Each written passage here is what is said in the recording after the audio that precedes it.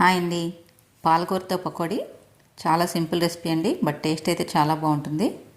దీనికోసం ముందుగా ఒక మిక్సింగ్ బౌల్ తీసుకొని అందులో 1 కప్పు శనగపిండి, 2 స్పూన్లు బియ్యపిండి, హాఫ్ స్పూన్ జీలకర్ర, కొంచెం వంట సోడా, కొంచెం పసుపు, సన్నగా పొడవుగా తరిగిన 4-5 పచ్చిమిర్చి, సన్నగా తరిగిన పాలకూర ఆకండి, సుమారు 200 గ్రామ్స్ దాకా ఉంటుంది.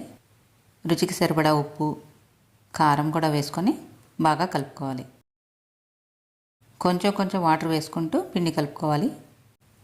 జారుగా కాకుండా కొంచెం గట్టిగా కలుపుకోండి పిండి.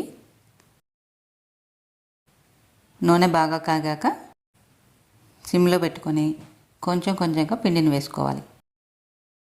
ఇవంతా మనం మీడియం ఫ్లేమ్లో వేయించుకుంటే బాగా కరెక్ట్గా వేగుతాయండి. ఇవి ఇలాగ కొంచెం రంగు మారాక ఒకసారి హైలో పెట్టుకొని వేయించుకోవాలి. మనం ఇలా హైలో పెట్టుకొని వేయించుకోవడం వల్ల లోపల తేమంతా పోయి బాగా కరకరలాడుతూ వస్తాయండి పకోడీలు. ఈ కలర్లోకి వచ్చాయంటే ఇంకా సిమ్లో పెట్టుకొని తీసేసుకోవచ్చు. టేస్ట్ అయితే చాలా బాగుంటుందండి. ఖచ్చితంగా మీరు కూడా ట్రై చేసి చూడండి.